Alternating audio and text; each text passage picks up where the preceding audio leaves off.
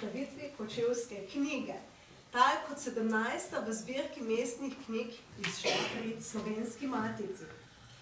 Delo združuje umetnostna besedila, pričevanja ter zgodovinske, spominske in druge zapise o Kočevju in širšemu kočevskem območju, ki svojstveno preteklostjo in usodo kraja na prepihu zgodovine v prenekaterem pogledu za marsikoga še vedno predstavljate skrivnostno, neznano in zamolčano pokrajino, tam nekje na robu Slovenije, kjer si podajata roko volk in medved.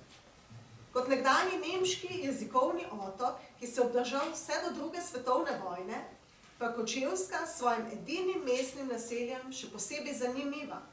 Tudi, ker je njena zgodba dveh jezikovnih skupin v njuni medsebojni povezanosti in različnosti. Usodno jo je na to zaznamovalo obdobje med drugo svetovno vojno in po njej. Poseben pomen pa je imela tudi v času osamosvajanja Slovenije.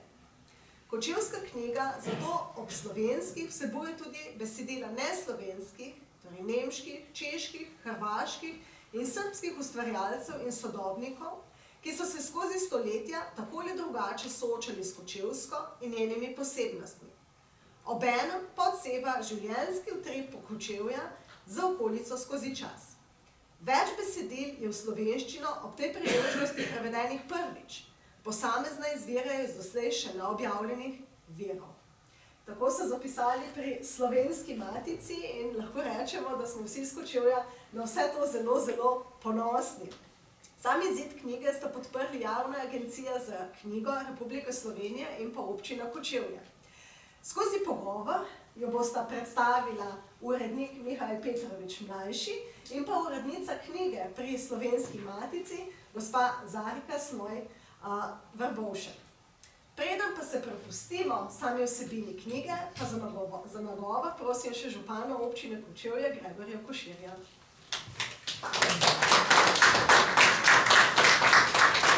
Hvala lepa. Hvala lepa danes vam vsem, ki ste prišli. Hvala lepa predstavnici Matice, ki je s to idejo pristopila. Ta ideja je zadela kar par let, če se ne motim. Moram pa priznati, da ena izmed prvih mojih zadolžitev v funkciji, takrat še podžupana v upravljanju funkcije, to je bilo še pred volitvami, je bila ravno to, da so mi prišli predstaviti ta projekt in na začetku sem bil malo skeptičen, to je zdaj še ena knjiga, pa verjetno hočejo nekaj denarja, pa tako naprej, Ampak moram priznati, da po tistem polurnem sestanku sem bil zelo pozitivno presenečen, ker dejansko ni bilo samo, da se nekaj naredi želja, ampak je dejansko v zadnje želja po dokumentiranju. In zdaj ne bom izgubljal predolgo besed o zgodovini Kočevske, ampak mene, ki sem kar nekaj prepotoval, me moj rodni kraj fascinira, kako je sploh se razvijal, kako vlogo je kot neko odločno področje peljal ali pa jo imel že med obema svetovnima vojnama, pa po njej. Potem ta večjezikovnost, nemški otok in tako naprej. Mi kot tisti, ki smo bili nekaj po svetu ali pa dolgo v Ljubljani, smo bili vedno malo gledani, pa kaj vi to v resnici govorite, kaj je to za eno, to nikamer ne sodi po Sloveniji. In smo vsem razlagali, da pač mi smo pa iz Kočevja, in da pač ja, rečemo kuli, ampak rečemo tudi kolu, pa kaj tazga. In je bilo to vedno eno tako zanimivo doživetje, pa potem spet vloga, ki smo jo imeli pri sami osamosvojitvi. Letos bomo praznovali 35 let prvega postroja slovenskih oboroženih sil in skratka tudi tukaj smo odigrali spet nekaj pomembnega. In zdaj, če to ne bo noben zapisal, če to ne bo nobenega, bom rekel, natisnjenega potrditve, in na srečo kljub digitalizaciji in vsemu, kar se zdaj pojavlja, bomo še vedno imeli tole in posebej sem bil navdušen, ko so mi rekli, da občina dobi 100 knjig. Sem rekel, ja, 100 knjig, zato da jih bomo lahko fizično nekomu dali v roke in bodo ostale in bojo novim generacijam predstavljale to, kar je Kočevska dejansko pomenila skozi zgodovino in zaradi česar smo danes lahko ponosni, da prihajamo od tu. In tudi danes, ko vidim te obraze, vem, da ste vi podobnega razmišljanja, koliko vas poznam, da smo pač ponosni Kočevci, ne Kočevarji, to pravo. To je tista večna debata, ne, ampak in zato je ta vrednost teh knjig še toliko bolj pomembna in pa seveda zahvala, kako bi se reklo, avtorju, uredniku. Takoj sem seveda jaz takrat avgusta letos vprašal, ja pa to boste vi nekaj pisali, ali kdo bo to, ne? Ne, knjigo je naredil naš človek, ne, poznavalec, tisti, ki živi s tem praktično vsak dan za zgodovino. Vi ste mu dali suport glede na to, kaj delate na pragu, na slovenskem območju. 17. Tak prispevek je v redu, od 212 občin smo 17, tudi to je dobro. Tako da iz vsega vidika iskreno sem vesel te knjige, mislim, da je pomemben zgodovinski zapis in pa seveda hvala vsem sodelujočim, tudi temu fantu, ki upam, da bo še kakšno ubral. Imaš še kakšno pripravljeno? Dobro, predvsem pa vam, ki ste se danes udeležili in želim vam en lep večer, predvsem pa veliko zanimivega v nadaljevanju. Hvala.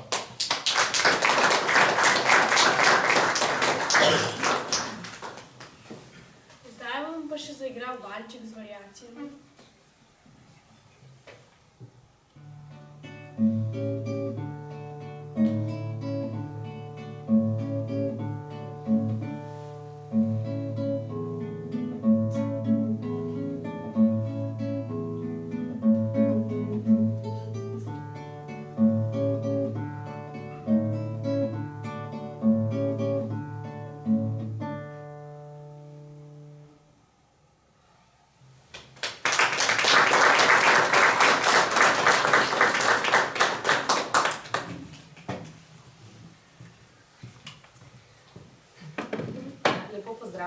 Tudi v mojem imenu. Jaz upam, da se slišimo tam do konca dvorane. Veseli me, da je tako polna.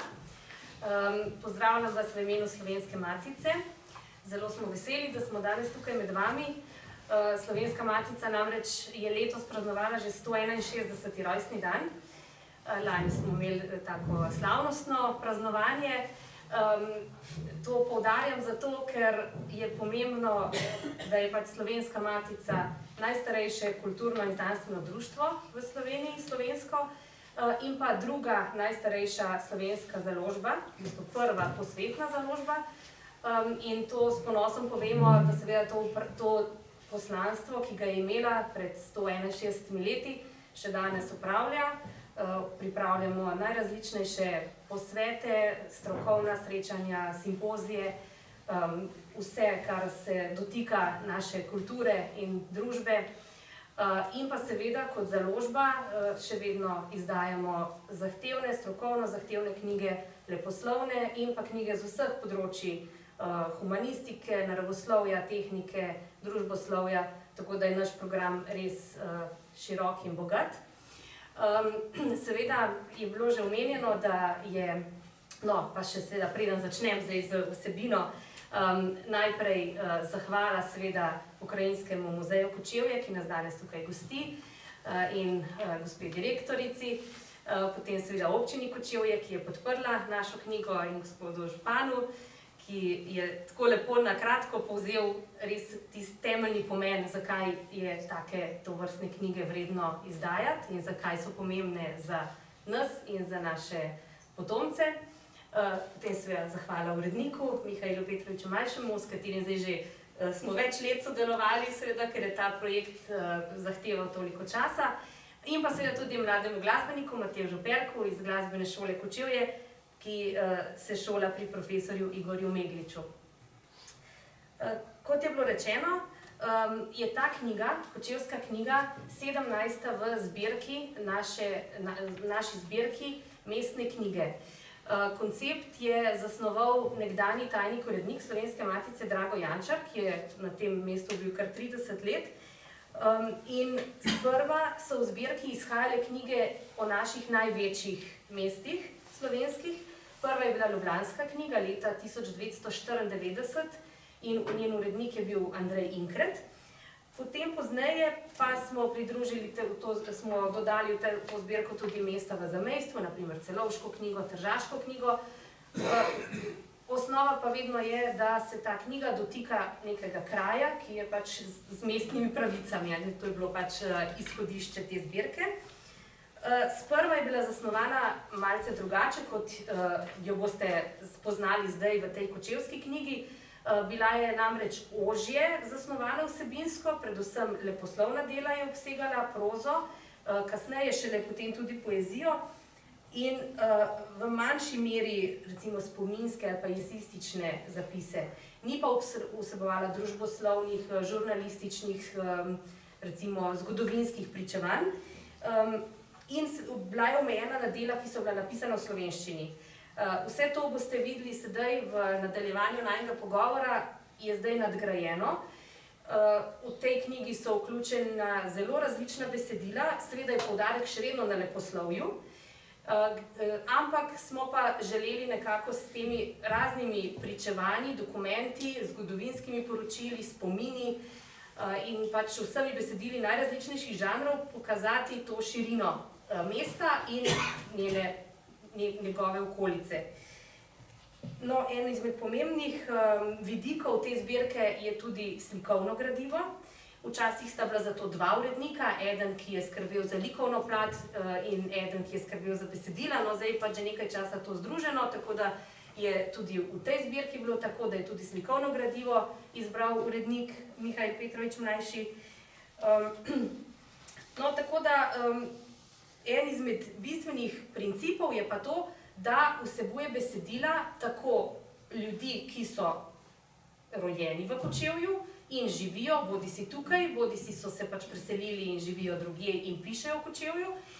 Potem tudi ljudi, ki so se v Kočevje priselili in jih je Kočevje na ta način zaznamalo, pa tudi vseh mogočih drugih avtorjev, ki jih je Kočevje in širše kočevsko območje na kakršenkoli način zaznamovalo, da so ga vključili v svoje ustvarjanje in v svoje delo.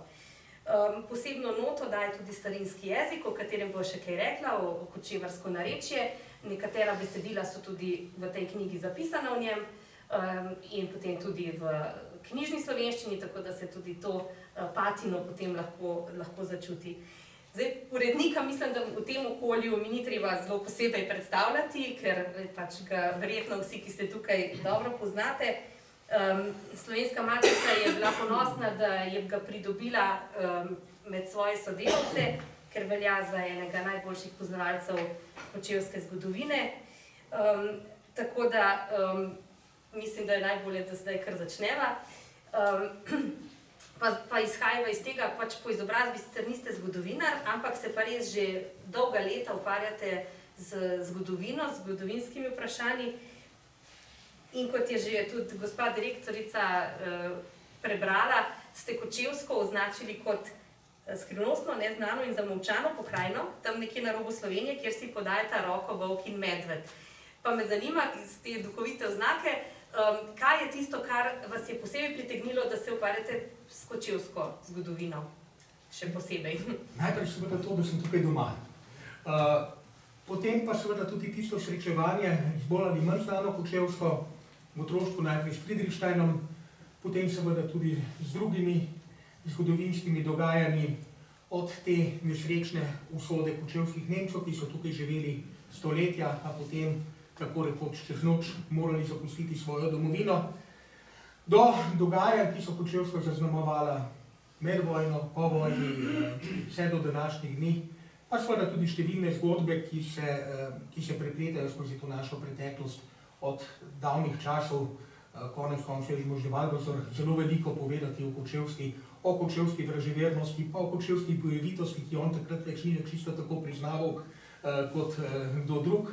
In ko človek potem brska naleti še na marsikoga, ki se tako ali drugače soočal s Kočevjem od Stanka Vraža do konec koncev tudi posredno velikega Jaroslava Haška, Zanimivo je, da namreč v Dobrem vojaku Švejku v originalu najdemo besedo kočevarski košek, kočevarska košara, ki govori o kočevskem krošnjarjenju. Dočim v slovenskih prevodih pa sem pregledal vse prevode Švejka, kar jih je nastalo, niti z besedo ni nikjer omenjena beseda kočevje ali kočevarski. Hašek je pa očitno na Češkem poznal, pa še kdo drug, tudi Krleža poznali kočevara, kakor so temu rekli na Hrvaškem. Tako da je teh zgodb seveda veliko in ko se človek srečuje z eno do drugo, je vedno znova presenečen, kako široko odmevnost imela kočevska pravzaprav tudi v leposlovju. No in seveda je ta prevod Haškovega dela in te besede sedaj vključen v našo kočevsko knjigo prvič. Tako je, no, vključen je najstarejši prevod, ki je nastal, ki tudi pravzaprav niti ni obsegal celotnega Švejka, bil je neki izvor, vendar je pa iz češkega originala potem pa dopolnjeno, da gre za kočevarski košek, takrat, ko Bošnjaka aretirajo v Pragi in je potem z Švejkom v zaporu in ga silno skrbi, ker so mu to njegovo kočevarsko košaro vzeli. Kočevari so bili pač vedno znani kot krošnjarji. Če človek gleda po starih predvojnih slovarjih, hrvaških slovarjih, srbskih slovarjih, najde noter besedo kočevar, ki je pomenila dobesedno krošnjarja, pa tudi na Madžarskem omenja se, da so do Vlaške kočevski krošnjarji prodajali. Pred leti mi je pa en profesor iz Regensburga povedal, da tudi njegova mama, ki je zdaj seveda že dolga leta pokojna, je pa živela pred drugo svetovno vojno na Bavarskem, torej je pod pojmom kočevar poznala krošnjarja. Ja, res ste se lotili izjemnega dela, tudi to iskanje gradiva je bilo dolgotrajno in naporno, je verjetno precej detektivsko. Mogoče bi tukaj omenila, da ta knjiga obsega več kot 100 različnih avtorjev in več kot 30 avtorjev slikovnega gradiva. Mimogrede, to je v resnici dejansko najdebelejša knjiga v tej zbirki. Malce jo prekaša samo Črnomaljska in Metliška, vendar seveda tam govorimo o 2 mestih, tukaj pa seveda je samo Kočevje, tako da v resnici je to najobsežnejša knjiga iz zbirke. Pa me zanima, kako je potekalo to vaše raziskovalno delo, katera besedila ste uvrstili v svoj izbor, kakšne kriterije so morala izpolnjevati, da so potem sodila sem. Nekaj si seveda poznal že odprej, marsikaj pa človek najde potem, ko išče, ko brska, en tekst potegne za seboj drugega. Ko gleda po literaturi, ko spremlja tudi tujo literaturo, konec koncev je tukaj noter tudi ena novejša zgodba enega od nemških pisateljev, ki noter opisuje, da ko se glavni junak, ki se nekje z avionom zruši v bližini Ljubljane, naleti na svojo bodočo ženo, pa ki mu reče, da je potomka kočevarjev, pomisli, če so kočevarji, da mu to zveni približno tako kot neka satanistična sekta k nagnjenju, k kultom, k raznim obredom. Zanimivo, da po tej knjigi je bil posnet v Nemčiji celo film, vendar je pa nažalost scenarij bil toliko spremenjen, da Kočevje ni več omenjeno noter. Ampak Kočevje očitno marsikoga zanima, tudi tiste, ki kočevske ne poznajo, ki so se srečevali z njo samo daleč. Kot ste pa prej rekli, skrivnostna dežela, ja, kočevska je skrivnostna, to sem neštetokrat doživel, da ljudje, ki živijo vse življenje v Sloveniji, pa so prišli na Kočevsko, so mi rekli, da je bila Kočevska zanje dolga leta pojem krajev nekje na robu sveta. Verjetno je tako, če je svet raven, to kar nekateri pravijo, tako in za Kočevje, potem po njihovem že prepad, pa padeš nekam v brezno. Ampak mislim, da počasi Kočevsko vendarle tudi v Sloveniji vedno bolj ljudje prepoznavajo. In gotovo, ko človek vidi, koliko ljudi se je tako ali drugače ukvarjalo z njo skozi stoletja, vidi, da mogoče to znanje bilo lahko tudi večje, pa je pač zaradi specifične zgodovine marsikaj izginilo v pozabo.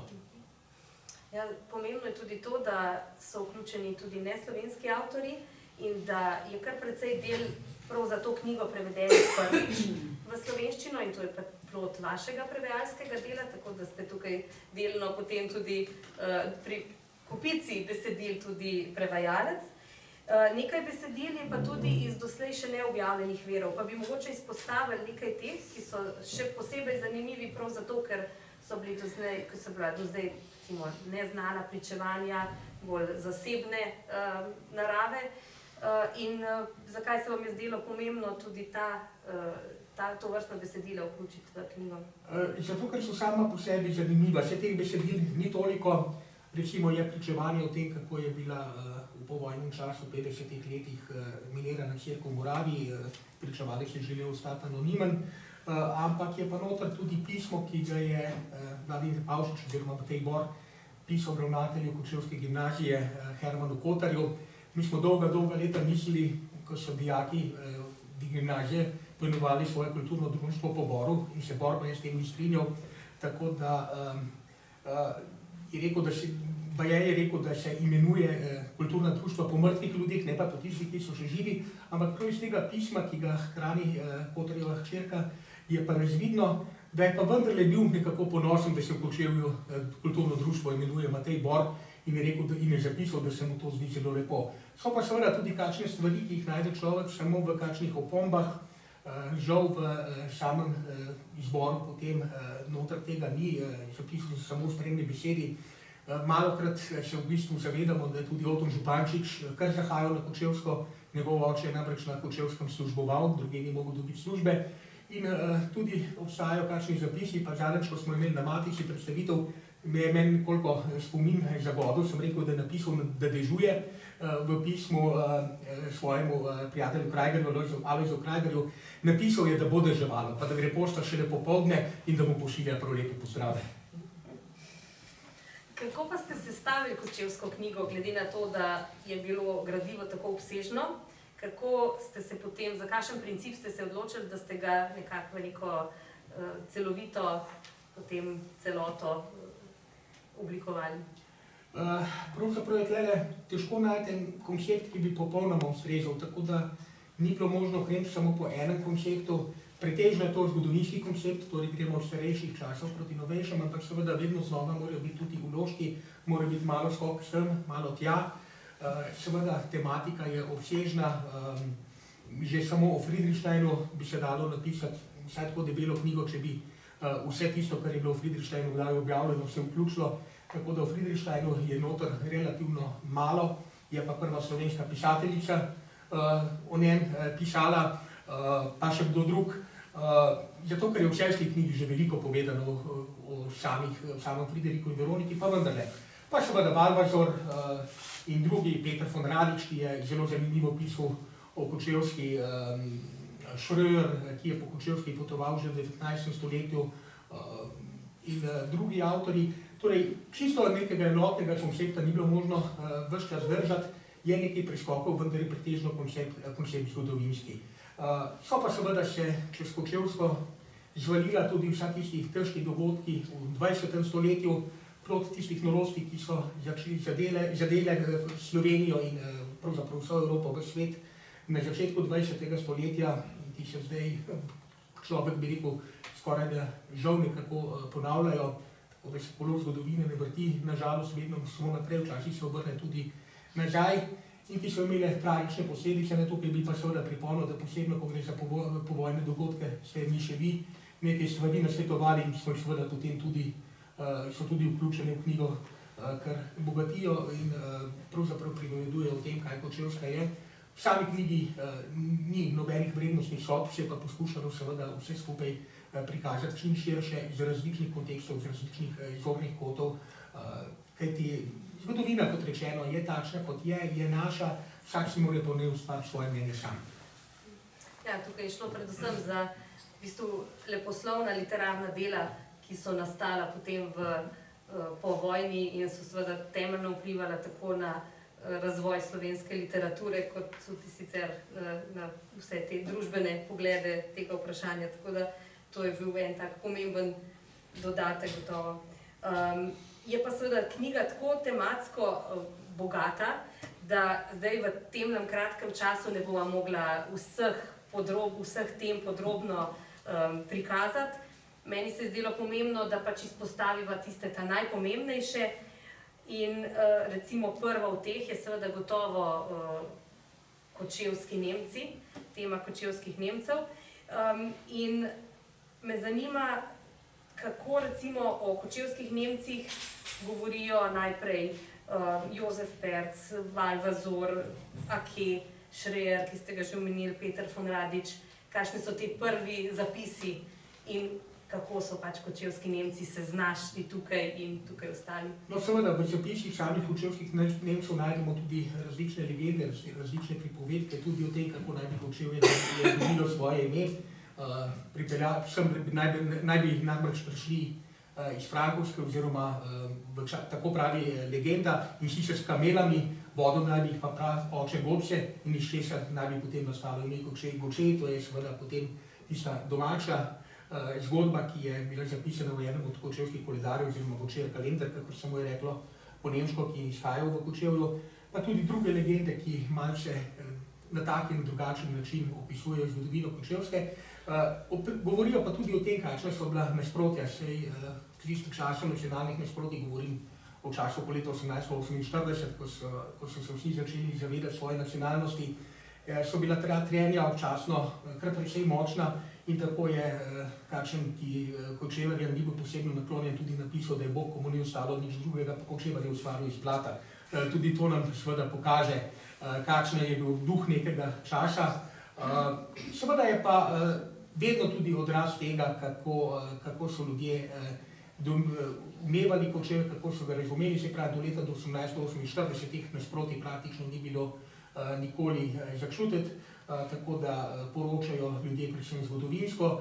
Seveda jih zanima ta nemški jezikovni otok, ki je posebnost v nekem širšem slovenskem, oziroma rekel bi celo slovanskem okolju, saj smo blizu južne meje.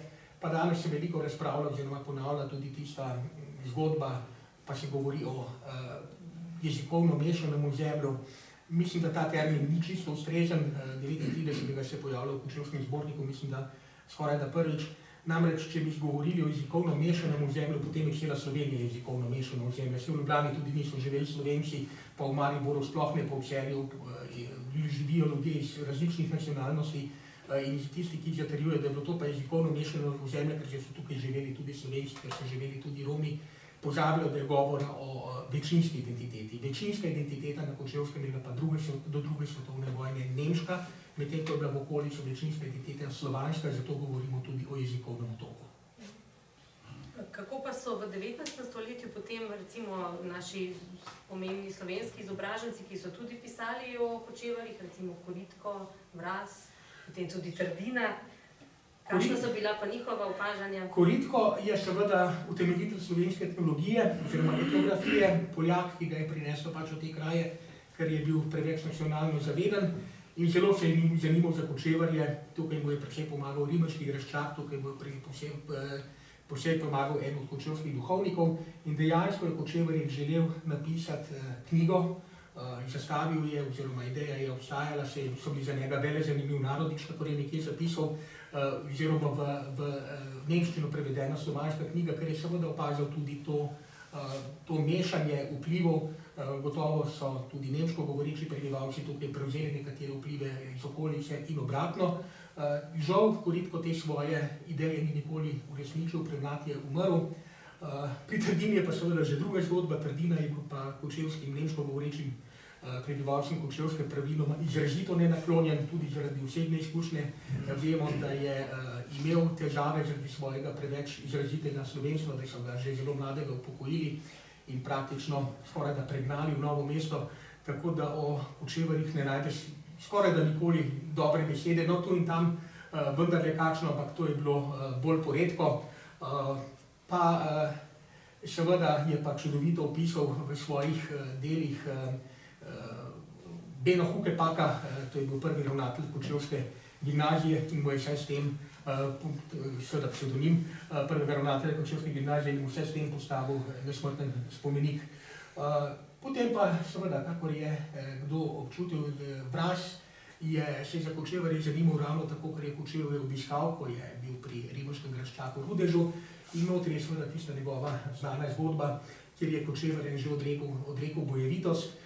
In Krvalozor pravi, da so številni Kočevarji zelo pametni in so številni dosegli visoke položaje, pa malce, mislim, malce tudi pod vplivom Ribenše, pa vendarle to temu oporeka in opiše pač neko zgodbo o Kočevarju, ki v Ljubljani na tržnici kupil ribo, pa se je potem ta riba čudežno spremenila na poti v žabo.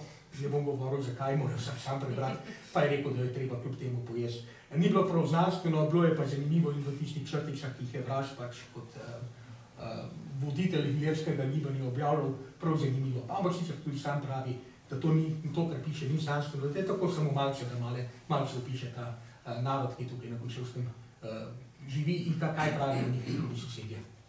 Kako pa se je uspel ta nemški jezikovni otok potem ohraniti vse do druge svetovne vojne in kako je potem se pač tudi ta njegova zgodba tukaj pri nas zaključila? Ja, nemška identiteta je v Kočevju seveda ostajala, že zaradi tega po eni strani, ker je območje relativno geografsko zaprto, dobro, vsega čez več dolin, ampak tudi tisto, kar nas druži, je še dan današnji v največji meri jezik. Nemško govoreči Kočeverji so seveda ohranjali vedno svoj jezik, ohranjali svojo tradicijo. Moški, ki so zelo zgodaj šli po svetu, zaradi krošnjarjenja so sicer kmalu opustili noše, ampak ravno Schröer in drugi opisujejo, kako dolgo so še na Kočevskem med ženskami živele noše, povsod po Sloveniji so jih praktično tradicionalno nošo že opuščali. Ljudje tukaj na Kočevskem so bili pa zelo vajeni, zelo nagnjeni k ohranjanju tradicije, zelo so ohranjali. In seveda v tem okolju se je potem ta tradicija tudi ohranjala do druge svetovne vojne. Druga svetovna vojna, oziroma že huda nasprotje pred drugo svetovno vojno, pa potem prinese tisti Hitlerjev ukaz, da se morajo kočevski Nemci preseliti, kot se je temu reklo, Heim ins Reich, se pravi domov v Reich.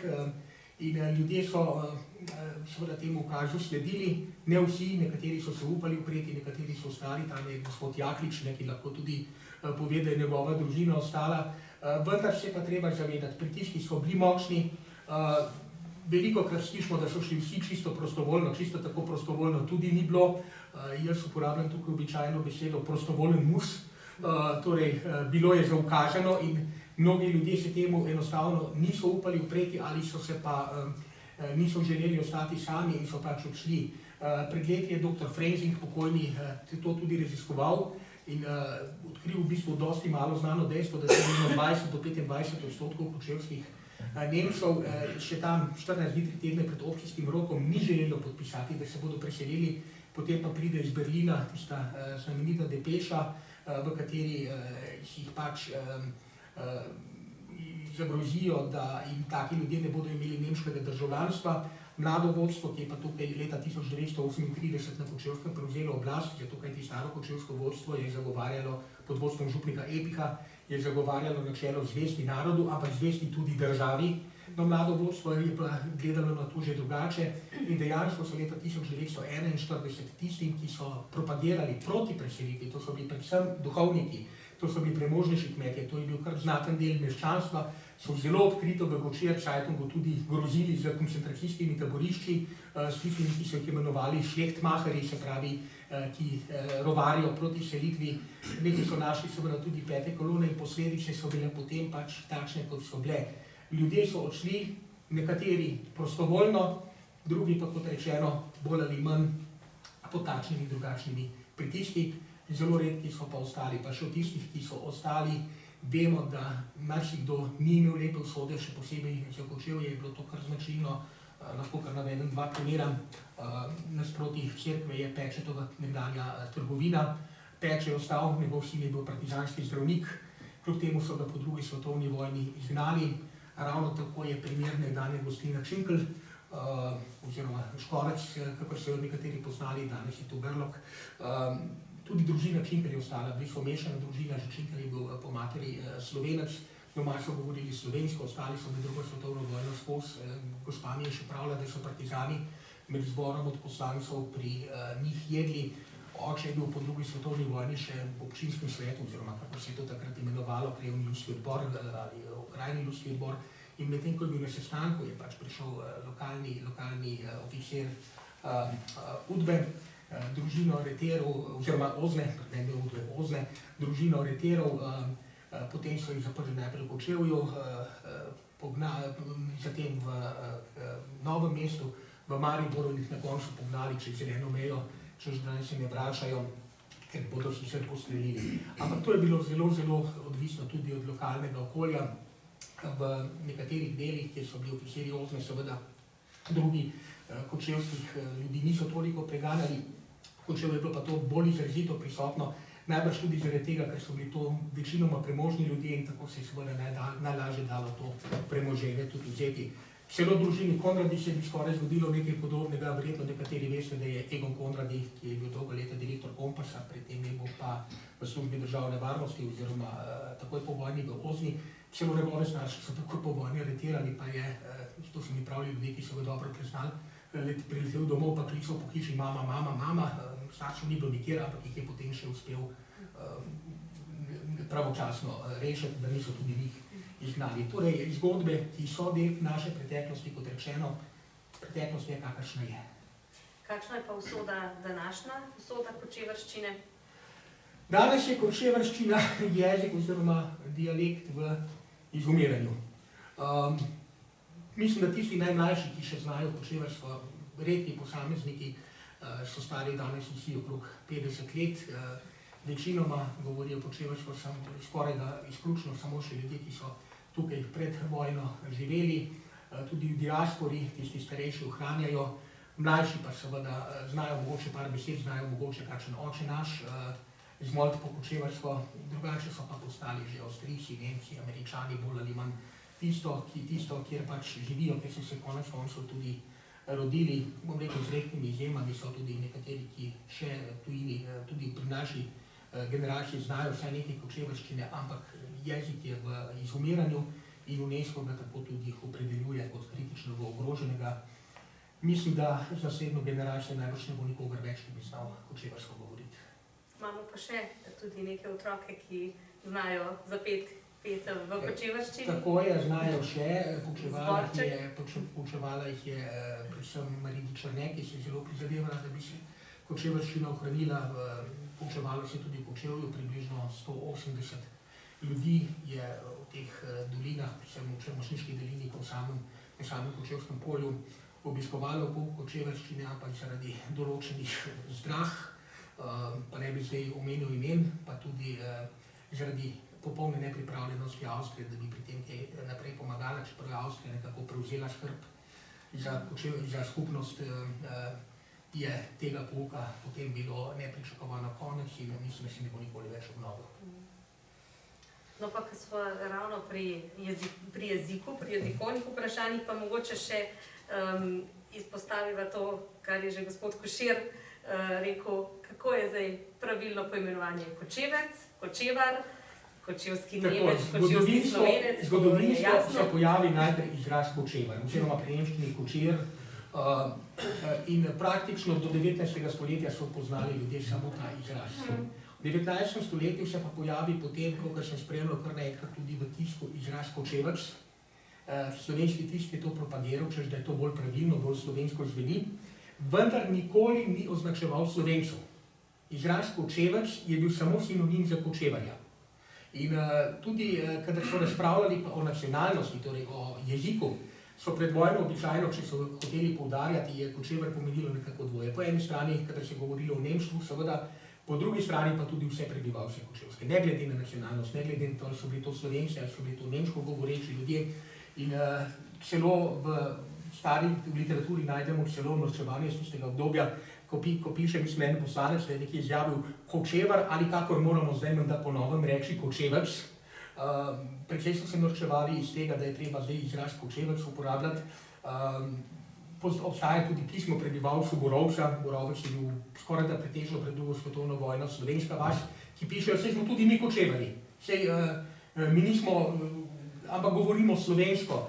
In tudi tisti, ki so pred vojno živeli, tukaj recimo lahko omenim nekdanjega direktorja upravne šole, so se vedno razburjali zaradi izraza kočevec, ki se je začel uvajati potem nekako v letih po drugi svetovni vojni. Kolikor sem lahko zasledil, kakor je bilo zapisano, naj bi to začel v času, ko so bile rane iz vojnega časa še zelo sveže, nekako začel propagirati gospod Andrej Arko, zdaj že pokojni, zaslužil športni delavec, Kočevec, sicer pa drugače doma iz Ribenškega konca. In dejansko je potem predlagal, da bi se razlikovalo tako, da so Slovenci kočevci, Nemci pa da so kočevarji. V celoti se to ni nikoli prijelo. Če berete Dolenjski list, boste vedno znova našli tudi v Dolenjskem listu v 70-ih, 80-ih letih. Kočevarji so zmagali in zame je tisti izraz, ki pač označuje prebivalca Kočevske Kočevar. O tem sem se pogovarjal nekoč tudi s pokojnim Viktorjem Mihičem, ki je bil predsednik krovne organizacije Kočevarjev po svetu. Pa sem ga vprašal: Viktor, kaj smo mi zdaj zate, Kočevarji ali Kočevci? Viktor je kar dobro vladal tudi slovenščino in je rekel: čakaj, zame je edino logično, da smo Kočevarji. Je pa seveda, da smo vsi Kočevarji, vsi, ki živimo na Kočevskem. Tako kot se na Blejskem pripirajo, ali so Blejci, ali so Blejčani, ali so na Koperskem, ali so Koperčani, ali so Koperci, je tudi tukaj. Zame je ustrezen izraz Kočevarji, ker smo tukaj bili, imamo tukajšnjo identiteto, ne glede na to, ali smo potomci povojnih priseljencev ali potomci nekdanjih prebivalcev, seveda je pa vsakomu prepuščeno, da uporablja tisto, kar mu je najljubše. Meni je pač blizu izraz Kočevarji. No in to je tudi rešitev, ki ste jo potem uporabili v tej knjigi. Tako, tudi, prosite, da še prekinjam, tudi v slovenskem pravopisu je predlagano bilo tako, da se za prebivalce Kočevske uporablja izraz, veljavno v slovenskem pravopisu, uporablja izraz Kočevarji, da se pa lahko uporablja, da so pa predlagali, da bi se pa mogoče za prebivalce samega mesta, da pride do neke distinkcije, pa morda uporabljalo Kočevci. Ta pravopis je podpisan Jožetu Korišič, ki vemo, da kaj je pomenil v slovenščini, v slovenskem jeziku. Vendar je pa tudi, ko sem potem spraševal tudi na Inštitut za slovenski jezik, prepuščeno ljudem, da se sami odločijo, to ni neka obvezna jezikovna norma.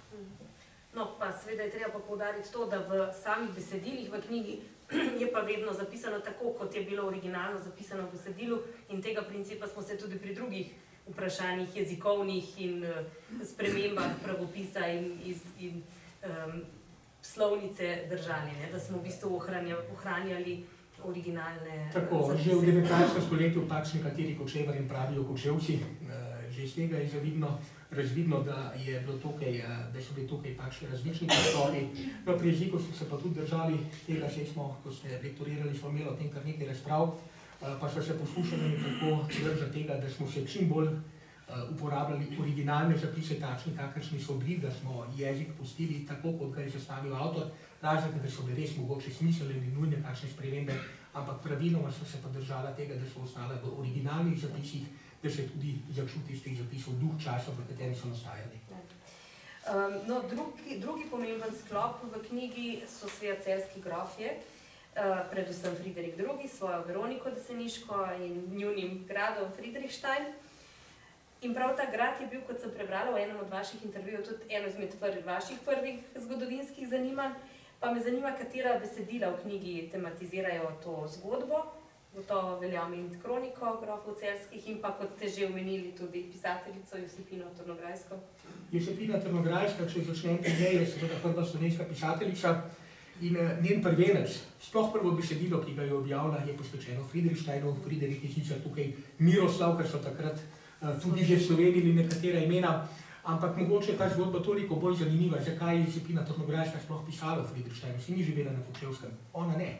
Je pa njen hišni učitelj bil na Kočevskem duhovnik in ona je napisala, kako ne bi bilo gospoda tega in tega, ne bi bila Josipina nikoli niti vrstice napisala. In pod njegovim vplivom se verjetno v svojem prvencu odločila prav za Friedrichstein. Seveda najstarejši zapis je pa kronika grofov celjskih, ki je napisal verjetno kmalu po izumrtju celjskih grofov neznani pisec, se domnevajo, da nekdo iz celjskega dvora, mogoče kakšen menih. In kjer že omenjen tudi Friedrichstein, kjer je omenjena tudi ta tragična zgodba Veronike Deseniške in Friderika Celjskega, kasneje so to po njiju prevzemali tudi drugi. Je pa tudi noter Ana Vambergsamer, ki je seveda pisala danes grofi celjski nikdar več, in sicer tisti prizor, ki ga poznajo tisti, ki so brali tisto knjižico Cankarjevo o Friedrichsteinu, ko se Friedrichstein gradi, pa Friderik Celjski in Veronika prideta gor in da naj bi mlad tesar padel s stolpa, to je seveda domišljija. Je pa s domišljijo tako, da včasih ima zelo velik vpliv. Frank Cankar, ko je pred mnogimi leti napisal tisto knjižico, je noter prevzel še en drug kočevski roman, to je Direbiljoni Dragoče, se pravi Upor na Kočevskem. Edini zgodovinski roman, ki je bil kdaj napisan v Kočevju, napisal ga je gospod, ki je bil kasneje po drugi svetovni vojni prvi predsednik Združenja socialističnih zdravnikov Avstrije, doma drugače iz Gornje Nemške Loke. No in Tam je noter tudi v časa tega velikega upora 1515 je opisal tudi prizor, kako po skrivnem prehodu, ki do danes ni odkrit, uporni kmetje udrejo na Friedrichstein, vprašanje, če seveda sploh kdaj obstajal, naši ga niso nikoli, in tam potem ubijajo Jurija Turna, prvega Graščaka, ki je ubit na Slovenskem, in pa njegovega sina ter veljskega odstotnika Stržena. To je Čakar, seveda tam zato, da je bilo branje bolj zanimivo, vzel potem romanov, ampak zanimivo, da so potem tudi zgodovinarji to marsikdaj ponavljali. Celo pokojni profesor Stoper, ko je pisal prvič o Friedrichsteinu, je še napisal, da so uporni kmetje udrli na Friedrichsteinu in ubili tame Graščaka, čeprav tem nimamo zgodovinskih pričevanj nobenih, no kasneje tega ni več ponavljal. Dejansko včasih tisto, kar zapiše v literaturi, ostane tudi v spominu podzavestno, pa potem mislimo, da je celo resnica. Ja, če se vrneva še nekaj let nazaj, v naslednje obsežno obdobje za Celjskim, recimo, ki je izjemno prizadelo Kočevsko, je bilo obdobje turških vpadov po letu 1469. Obenem pa je paradoksalno delovalo na to območje tudi spodbudno. In v tem obdobju so pisali številni avtorji, recimo Janez Parapat in Jožef von Lamberg. To je recimo eno zelo pomembno. Parapata je seveda zanimalo to že iz več razlogov. Bil je seveda zelo aktiven kot zgodovinar, drugače po poklicu duhovnik. Že kot zgodovinar ga je to zanimalo, ampak prvič je bil sam deloma kočevskega porekla, drugič je kot duhovnik služboval na Kočevskem in ga seveda Kočevje zaradi tega še prav posebej zanimalo in je dejansko tem turškim upadom posvetil prav posebno dolgo poglavje, to je z današnjega vidika, vemo, da so nekatere stvari tudi nekoliko napačno bile interpretirane, zgodovina se pač vedno dopolnjuje, novejši rodovi zgodovinarjev najdejo nove dokaze, najdejo nova pričevanja, nove dokumente, tako da nekatere stvari, ki so bile včasih zapisane, se gleda danes bolj kritično, pa vendar Parapat je zapustil v tem obdobju turških upadov zelo obsežne zapiske in tukaj je razvidno seveda, kako zelo je Kočevska v tistem času trpela. Še Valvazor imenuje tako rekoč šit dežele Kranjske, ne brez razloga, ko je bilo tega leta 1469 ob prvem turškem upadu na ta konec požgano in naslednjih 130 let so turisti iz Bele Turčije, kako se je temu reklo, pa pustimo, ali je bila to res Turčija, ali so to kakšni malo bolj bližnji kraji, kar naprej obiskovali, ali tiste spominke, ki so jih vzeli seboj, običajno niso plačali in seveda so si na Kočevskem to ljudje zelo zapomnili. Mene je nekdo pred leti prepovedoval, da je v Kolpski dolini, recimo v okolici Fare, še pred leti lahko bil razlog za pretep, če kdo komu rekel Žuljen Turk, se pravi, da je ostal tam iz turških časov, tako da niso bili, mi spomini na te čase niso lepi. Lambert je seveda opisoval te stvari kot pričevalec, ni govoril posebej Kočevski, ampak sami vojvodine Kranjske je objavljena njegova pesem, ker tudi piše, kako so šli Turki preko Kočevske. Ja, je pa seveda po drugi strani to prineslo Kočevju tudi nekatere koristi, kako se čudno sliši. Najbrž Kočevje še zdaj pa ne bi postalo mesto, če ga ne bi Turki tako pustošili, pa je potem cesar 1471, da so Kočevje lahko gradili z obzidjem Kočevje podelil mestne tradice. Kočevje je imelo mogoče takrat 300, mogoče 400 prebivalcev, v najboljšem primeru, to je relativno majhno, pa je postalo prvo izmed tako imenovanih vojaških mest. Po drugi strani je to pustošenje nam prineslo krošnarski patent, tudi Ribenčanom z nami, no pa v Ribenči običajno zamočijo, rečejo, da so samo Ribenčani dobili, pa ne glede na to, tudi jaz na pol Ribenčan pol običajno malo pogledam, pa me zdaj že vejo v muzeju, da rečejo, ja, Miha, še vemo, mi smo bili kolateralna škoda. Dejansko so Kočevarji skupaj z Ribenčani dobili ta patent, ki je potem zaznamoval Kočevsko v naslednjih stoletjih. No, pa tudi v literaturi se pojavlja, pa nekateri so na račun tega Turkov posredno tudi obogateli. Tipičen primer je rodbina Kozler. Janez Kozler prvi je v bistvu začel ravno z krošnjarjenjem, pa potem to širil in v času Dunajskega kongresa, ko je sicer že živel na Dunaju, so bili njegovi prevozniki edini sposobni spraviti preko zamrznenih prelazov južno Sabje na Dunaj in so ga je tam tako uspešno tako prodajal po en goldinar, vendar z eno pomarančo, če si predstavljamo, to je tam nekje današnja vrednost 13 do 16 evrov, tako dragih pomaranč danes ne kupujemo več, da je postal verjetno najbogatejši človek na Kranjskem, da si je lahko potem kupil ne samo kaj hiš, da si je lahko kupil tudi kakšen grad In njegov sin Peter, ki je seveda še rojen v Kočevski reki, je potem postal tisti znameniti slovenski geograf, ki nam je dajal prvi zemljevid naših etničnih ozemelj. Pa je zanimivo, da je Peter do 7. 8. leta starosti govoril samo kočevarsko, rojen je bil pač okopan pri Kočevski reki. Šele potem, ko so se preselili v Ortek, se je zgoraj na Slemenih od župnika naučil slovensko, bil kasneje zelo zavzet Slovenec. In tukaj imamo eno tako skoraj da absurdno situacijo, da, kakor piše Anton Globočnik, da sta se on in pa Kozler leta 1848 med marčno revolucijo na Dunaju usedla v eni gostilni, kjer so se zbirali Slovenci. No in ker so si takrat umislili vsi kokarde v svojih nacionalnih barvah, Slovenci nismo imeli pa ničesar, sta ona na podlagi kranjskega deželnega grba izbrala 3 barve, modro, belo in pa rdečo, ki se že malce kasneje pojavijo tudi kot slovenska nacionalna zastava prav zraven Slovenske matice na Wolfovi ulici. Tako da nam je v bistvu barve slovenske nacionalne zastave, če Globočnikove trditve držijo, izbral Kočevski Nemec. Je pa Kočevsko oplazila tudi reformacija. Obenem smo pa s tem dobili tudi enega pomembnega protestanta in njegovi 2 pesmi sta tudi vključeni v Kočevsko knjigo. Tako je, reformacija je Kočevsko res bolj oplazila. Čeprav so bili v tistem času na Kočevskem potem graščaki umnadi, umnad pa kot vemo je bil vodja kranjskih protestantov, moral zaradi tega kasneje zapustiti tudi Kranjsko in organiziral v Urah v tisto tiskarno, kjer bi danes rekli, da je bil Trubar potem direktor. No, se je pa med nekaterimi ljudmi tukaj v Kočevju protestantstvo vendar prijelo. Tukaj je bil župnik Higelfest, ki je postal protestantski predikant. Spet smo pri zanimivi zgodbi, da je iz iste rodbine Higelfest potem izvira tudi eden najhujših nasprotnikov škofa Tomaža Krena, ki je tudi ta zgodba noter opisana v romantizirani obliki. Ampak tisti, ki ga je pa najbolj prijelo, je pa bil mogoče Jan Švajger. Pojavili so seveda tudi tukaj imena Johan in tako dalje v različnih oblikah.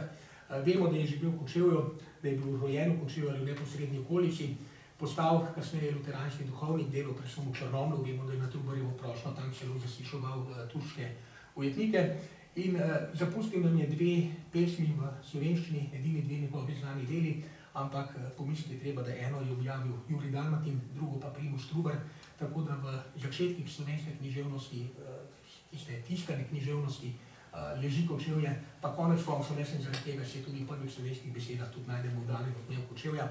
Če se je upor leta 1515, ki je bilo eno središče na Kočevskem, se je končal ta upor potem v Celju s tisto veliko bitko, kjer so uporni kmetje upili oziroma prepevali svoje gesla, da kupijo Boga Gmajna in pa Stara pravda, in to so konec koncev tudi prve natisnjene slovenske besede. Tudi tukaj smo bili zraven. Ja, to ste zdaj že lepo napeljali na naslednje vprašanje. Češ, da so Kočevje pisci večkrat omenjali kot staro puntarsko središče. Pa me zanima, kako si je v toku zgodovine prislužilo to ime, vse od kmečkih uporov, pa potem do upora proti francoskim okupacijskim silam v 19. stoletju. Ja, kot rečeno, jaz sem po mami napol Ribenčan, mama je pač Ribenčkega konca in ker sem bil v tistih otroštvu kar veliko v njeni vasi, se še spomnim, da takrat naš Kočevarjev še niso pisali kačari. Takrat smo bili še puntarji. Puntarija, gospod Mihič bo lahko potrdil, verjetno tudi pozna, izraz puntarija še iz mladih let, pa v Beli krajini so morda tudi uporabljali za Kočevje izraz puntarija, torej puntarija. Zakaj? Ja, v Kočevju so se ljudje res vedno znova upirali. Ali je tega krivo, verjetno težko življenje tukaj na kraški zemlji, že itak je zemlja bolj skopa, za tega v 19. stoletju, potem tudi tako množično izseljevanje, pa potem še razni pritiski, govorimo o pritisku Turkov in podobnih zadevah. Tudi madžarska vojska je šla kdaj čez, torej bilo je kar težko živeti tukaj. In seveda, potem, če se je pojavil še kakšen slab greščak, so se ljudje začeli zelo hitro upirati. Turen je bil tisti, ki je prvi okusil to na svoji koži. Dobro, imamo vse to srečo. Turna so bili, preživela je njegova hčerka, Ana Turn, imenovala večkrat tudi Friedrichsteinska, ki se je kasneje poročila z Ungradom. In če verjamemo spletnim genealogijam, sta ona pa prednika čisto vseh evropskih kraljev in kraljic, zdaj vključno tudi z sedanjim angleškim kraljem, tako da bomo lahko kar iz Kočevja Brexit razpeljali, ne bomo nič več Anglezov spraševali, ali dovolijo ali ne. Ampak kakorkoli že, dejansko so se ljudje tukaj na Kočevskem vedno znova upirali. To so občutili zelo dobro na sebi tudi grofe Blagajski, ki so Slovenijo prvič prišli prav kot kočevski graščaki. Štefan Blagajski, ki se sicer oblikoval v bitki pri Sisku, je bil pa zelo slab graščak. je to doživljal, se je pritoževal, da mu grozijo, da ga bodo umorili, tako kot nekoč Turna. In Kočevarji so poskušali celo vzeti sami gospodstvo v zakup od deželnega kneza, česar pa deželni knez seveda tudi približno ni dovolil, kaj se pa misli, da je samoupravna kmečka republika v zgodnjem novem veku, nekje na Kočevskem. In to se je potem ponavljalo kar naprej. Leta 1809, veliki protifrancoski upor, Francozi so imeli tukaj na Kranjskem takrat približno 2800 vojakov, od tega so jih morali 2000 poslati na Kočevsko in v Novo mesto imeli upor in na Novo mesto naj bi tudi upor vodili Kočevarji, skupaj s Poljanci in pa z Kostevci so se uprli. Tukaj kar nekaj povedo spomini generala Cukija, ki je bil kasneje sicer poveljnik vojske papeške države, pa kasneje zaradi vloge v resorgimentu tudi sam v protiavstrijskem odporu tudi sam končal v zaporu kot puntar, ampak dobro, to so že druge zgodbe. No, ampak to se je nadaljevalo potem tudi še naprej. Konec koncev ne vem, ali je znano, da so po prvi svetovni vojni kočevski Nemci ne samo zahtevali oziroma v tistem strahu, kaj jih pričakuje in ta usoda ni bila dobra, želeli zasnovati neodvisno republiko Kočevja, ampak manj znano je pa, da se je dejansko v Kočevju tudi razglasilo komunistično republiko v času velike stavke, tako da je bila tudi ta puntarija zelo prisotna in konec koncev potem lahko nadaljujemo tudi na čas druge svetovne vojne, pa seveda na čas osamosvajanja. Zadnjič, ko je dal v Ljubljani predstavitev, je bil tam tudi gospod Soban, ki je takrat objavil tisti znameniti članek, ko se je Kočevska občinska skupščina izredno odločno postavila po robu razoroževanju teritorialne obrambe v nobeni drugi občini tako odmevno in tako odločno kot ravno v Kočevju. Gospod Soban je takrat napisal članek z naslovom Uporniki z razlogom, torej spet smo bili na Kočevskem puntarji, potem se pa to nadaljuje tudi v samo obdobje osamosvojitvene vojne. Tukaj smo dali skozi marsikaj, imeli smo tukaj prvo generacijo slovenskih nabornikov, tukaj je bil zadnji letalski napad na Slovenijo, tukaj so bile, mislim, da prvič v evropski zgodovini uporabljene v bojni uporabi kasetne bombe. No in Cvetko Zorko, ki je bil takrat tukaj poveljnik bataljona po Kočevski reki, je to zelo podrobno opisal v svojih zapisih, tukaj so nekateri odlomki, pa seveda, da v času druge svetovne vojne ne govorimo. Pa če se vrnem še Petru Kozarju, tudi Peter Kozar je bil tisti, ki je bil zaradi svojega zemljevida, svoj čas v pokojni Avstriji obtožen veleizdaje. Ja, no, ustavila se še malo v času 19. stoletja, v času pomladi narodov, ko so se že zelo začele zaostrovati te razmere med kočevskimi Slovenci in kočevskimi Nemci. Kako je to prebujanje nacionalne zavesti se kazalo potem tukaj? Tudi nastajale so različne himne. Tako je, seveda, pomlad narodov, marčna revolucija prinese tega, da se narodi začnejo zavedati svoje nacionalnosti in tudi Kočevska ni mogla mimo tega. Na samem Kočevskem pravzaprav sicer to uporniško obdobje ni imelo kakšnega večjega odmeva, zato pa toliko bolj kasneje. In tukaj imamo nekako dvojno situacijo. Po eni strani so bili nemško govoreči prebivalci Kočevske izpostavljeni strahovitim pritiskom. Če človek bere tisk iz tistega obdobja, v Kočevju pa Kočevarji se je redko kdaj napisalo kaj dobrega, so že morali Luko Slepše izvoliti za poslanca, da je Franjo Levstik potem le napisal nekaj dobrega, ampak večinoma se je pisalo najslabše, posebno v kakšnem satiričnem časopisu, Lešovec, ni imel za Kočevarje pravzaprav skoraj nikjer dobre besede. Celo tako daleč je šlo, da v nekem časopisu, kjer pišejo o Kočevju, celo Rimža pišejo vedno z malo začetnico, pa čeprav so vedeli, da se piše Rimža z veliko začetnico, ampak ne, to je voda, s katere kočevske gostice pripravljajo svojo juho, zato ker je tako umažena in zaradi tega potem ni treba niti mesa oziroma mozgovih kosti kupiti. Dejansko so bili pritiski na slovenski strani na prebivalstvo Kočevske z nacionalističnega vidika zelo močni. Obratno se je dogajalo pa tukaj v Kočevju. Tukaj so pa seveda ljudje pa dodobra občutili pa Slovenci pritisk, ker so ta nasprotja bila močna. Bilo je nekaj takih dogodkov, ki so opisani. Najlepše to opisuje tudi Franc Aleški Filžgar, za katerega vemo, da je bil kočevski kaplan. Ne sicer čisto prostovoljno se je znana tista zgodba, ki je sam opisal, da ko je kot na koncu študija prisegel škofu pokorščino in da bo šel kamor, da bo poslal, da se je šalil s kolegi, da bo sicer rekel ja, ampak se misli, se bo pa kamorkoli samo Kočevje ne. No, 2 leti kasneje je bil seveda že v Kočevju, pa ne čisto prostovoljno, ampak tisto, kar je tudi za kočevsko značilno, vedno smo bili nek kazenski bataljon. Na njegovem prvem službenem mestu na Gorenjskem je prijokala nasvetnika deklica, za katero se še danes ne ve, ali je njegova ali je bila Župnikova, ampak on je tega otroka priznal in potem dobil seveda nagradni v Kočevju, mogoče tudi zaradi preveč liberalnih stališč. No in tukaj v Kočevju se je počutil prvo leto, pravzaprav, kakor se je sploh lahko v Kočevju dobro počutil, ker on ni želel priti v Kočevje, obstaja njegova pesem, ki piše o rinži življenja, nimaš edina reka, ki v gorskih žmuri potopih, on je pač pogrešil svojo Gorenjsko. No in kljub temu so ga po Kočevju ljudje zelo posprejeli, prvo leto zelo dobro. Je rekel, mlajši so imeli slovenske kaplane kot pa nemške kaplane in ko so zamujali k kakšnim porokam, pa ko je rekel, da bo to zaračunaval, so potem še bolj zamujali, pa mu že prinesli denar s sabo, zato da je tudi gospod kaplan nekaj zaslužil. Drugo leto so pa potem prišli iz Žitmarka, torej iz Grabča, sem študentje in oni so začeli pa netati nestrpnost, tako da se je Finsger, ki je bil pa seveda slovenski nacionalist, je imel v Kočevju kar nekaj preglavic, tudi pištolo kdaj položil na mizo, pa grozil, da bo pripeljal pretepače iz Gorenjske, ki bojo celo Kočevje razbili, če bo imel še naprej težave. Ampak napisal, to se je zgodilo v mestu, ampak samo med delom prebivalstva, da nekateri prebivalci tudi v mestu temu niso nikoli nasledili, prav Zelenik, ki je bil sicer porodil prav iz Nemčije, mu je rekel, poslušajte, vi kar boste lepo naprej Slovenci, mi bomo naprej Nemci, pa boste vi še dekan. Ni želel biti, je pa napisal, da pa na podeželju, izven mesta se pa to nikakor ni prijelo, izven mesta ni imel pa nikoli nobenih problemov. Torej vidimo, da včasih lahko par prenapetežev povzroči kar hude težave. Torej te napetosti so se pojavljale, bile so nekako oboje stranske. Običajno v Sloveniji zelo radi rečemo, ja, mi smo bili pa predvsem čisto nedolžni, ne, tako bi zelo nedolžni, tudi potem nismo bili dejansko do tega prihajalo in seveda to je bilo potem nekako valovi. Bila so obdobja, ko so bile razmere boljše, ko so se ljudje bolj razumeli, bila so obdobja, ko so se zaradi politike skregali, bila so celo obdobja, ko je slovenska politika vlekla v nemško politiko, takrat je bilo popolno nenapadanje, torej tako kot je še danes v politiki.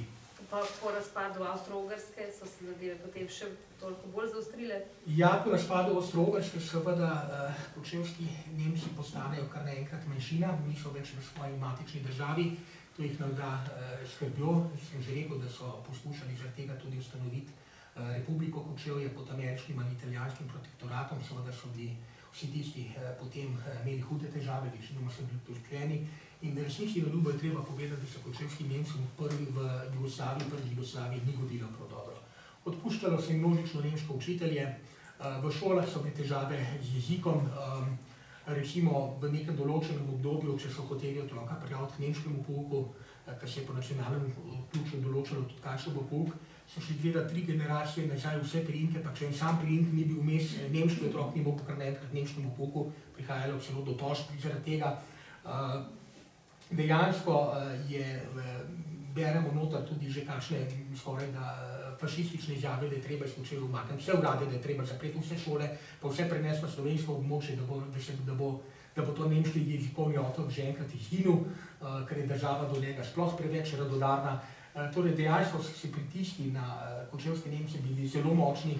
Meni je pripovedal en gospod, pred nedavnim je umrl skoraj 100 let star, živel je tam v Novem Kotu, je bil rojen, pa mi je pripovedal, kako je bilo v šoli. Kar nekaj več ni smel v šoli se pogovarjati kočevarsko, moral se učiti pa cirilico. Jasno, da so ljudje to sprejeli z nenaklonjenostjo, kdo pa ne bi se mi Slovenci podobno reagirali, če bi nam kdo poskušal jemati naš jezik. In dejansko so se kočevski Nemci takrat celo povezali s koroškimi Slovenci. Župnik Starci je veljal nekako, izhodišče veljal nekako za voditelja koroških Slovencev, župnik Epih tukaj v Kočevju, v Stari Cerkvi je veljal za voditelja kočevskih Nemcev, povezali so se skupaj, da si poskušali doseči spoštovanje manjšinskih pravic, da niso dosegli ne eni, ne drugi, absolutno ničesar. In potem gre zgodba svojo pesem, ko pride Hitler na oblast, ljudje v njemu, tako kot praktično vse manjšine, ki so imele težave, vidijo svojega odrešenika, na koncu pa prinese samo uničenje. No, 20. stoletje pač kot obdobje res velikih travm, je bilo tako obdobje seveda tudi za Kočevje in Kočevsko. Druga svetovna vojna je tema, ki v pisanju tedanjih pričevalcev in književnikov, ki so vključeni v to knjigo, razkriva kruto podobo tistega časa. od italijanske okupacije, preselitve kočevskih Nemcev, o kateri smo že veliko rekla, partizanskega odpora, potem zbora odposlancev, pa seveda tudi kočevskega procesa in pa tudi odlično organiziranih partizanskih bolnišnic. Katera besedila ste izbrali, da ste nekako v knjigo zajeli različne zgodbe, pričevanja tako ene kot druge strani, da bi nekako pokazali, da so kljub svoji različnosti del ene in iste celote? Tako je, domovina je samo ena, vsem dodeljena, ne, pravijo, in tako je bilo tudi v Sloveniji. Jasno, z izselitvijo pretežnega dela kočevskih Nemcev je Kočevska postala izpraznjena, to je omogočilo razvoj partizanskega gibanja. Kočevska je znana kot središče partizanskega gibanja, posebno Kočevski rog, ki so ga po vojni potem imenovali nekaj časa prav zaradi tega tudi partizanski rog, mislim, da so to mladinci predlagali. In dejansko v Kočevskem rogu, pa seveda tudi v teh okoliških predelih okrog Kočevske reke, se partizansko gibanje s tem lahko močno razname. Tukaj delujejo številne bolnišnice, tukaj delujejo številne baze. Po drugi strani pa seveda Kočevska tudi močno trpi. Vemo, da je bilo mesto približno 22 bombardiran doživelo zaradi svoje lege. Tukaj je zelo močan prehod iz Hrvaškega primorja proti notranjosti, proti Avstriji. Vemo, da je bilo dvakrat oblegano. Vemo, da so že Italijani med tako imenovano Roško ofenzivo požgali večino kočevskih vasi in noben drug predel Slovenije ni trpel v drugi svetovni vojni, tako kot ravno Kočevska. Najprej z izgubo večjega dela avtohtonega prebivalstva, potem z divjanjem okupatorja. Približno 2000 ljudi je med drugo svetovno vojno, tistih, ki so ostali tako in drugače izgubilo življenje, mnogi so poslali v taborišča.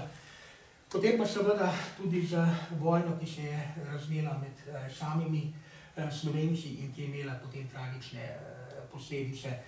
Seveda po drugi strani pa ravno tukaj v Šeškovem nekdanjem Sokolskem domu leta 1243 zaseda tudi zbor odposlancev slovenskega naroda. Jasno, tako kot vsako stvar iz bližnje zgodovine, da ljudje sodijo eni tako, drugi drugače, ampak vendarle velja spomniti, da smo se pa ravno na sklepe tega zbora odposlancev pa izklicevali leta 1990 in 1991, ko smo se odločili za samostojno pot, kajti prav tukaj je bilo pravzaprav bolj ali manj sklenjeno tisto, da v Jugoslavijo odhajamo po svobodni volji in da če ne bomo zadovoljni, če bo ogrožena naša nacionalna bit, da lahko iz Jugoslavije konec koncev tudi odidemo. Tako da zgodovinsko je ta zbor pomemben, ne glede na to, kako ga sodi.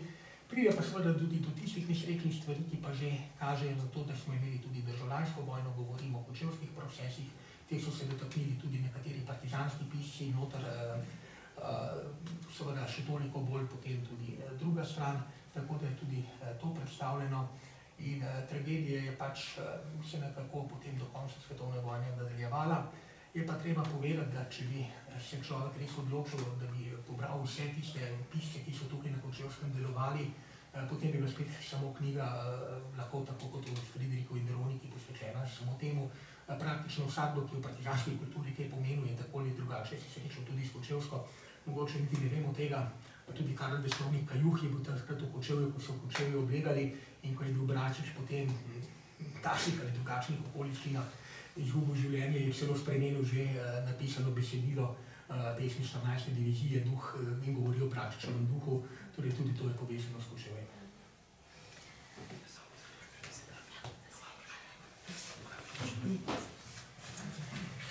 Ja, ena izmed vsebin, ki je zelo boleče zarezala v tako našo kulturno dediščino in tudi v kulturno krajino Kočevske, je tudi povojno uničevanje sakralne dediščine, sakralnih objektov na širšem območju Kočevske. In v tem času je v knjigi kar nekaj pričevanj, od zapisa Marjana Zadnikarja o popisu stanja spomenikov na Kočevskem po vojni, potem pa tudi recimo anonimno pričevanje o miniranju cerkve, ki ste ga že omenili, in pa tudi odlomek iz televizijske oddaje Marjane Grčman o nemški Loki.